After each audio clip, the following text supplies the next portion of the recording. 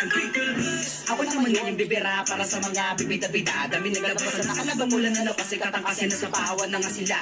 Imbis na sumuporta ng hila pababa. Dami nag-iyakan na puro lang dada. Mga binabobo na utak pa lang ka at katawa-tawa na wala na papala. Pinipili sa sarili sa mga katarantaduhan. Kaya na natili kayo sa babae. Di na dumi pwede pa sa buhay. Kaya di na nagkakulay lilibing na lang sa hukay. Ano di masaya. Masaya ka pa bang gago?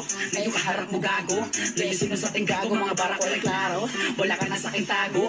Kahit ikaw ay magtago sa edad kong 8 taong gulang. Dumidirensya di umasa sa magulang. Kaya sa sarili di na nagkukulang. Binigay yung mga kaya para sa aking laban. Kaya di na magsita, di na pipiyok. Pag ako tumira, lagi lang pasok.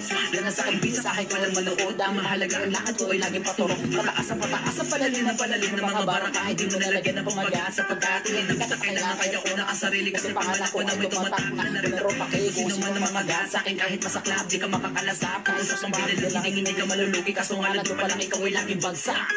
Yeah.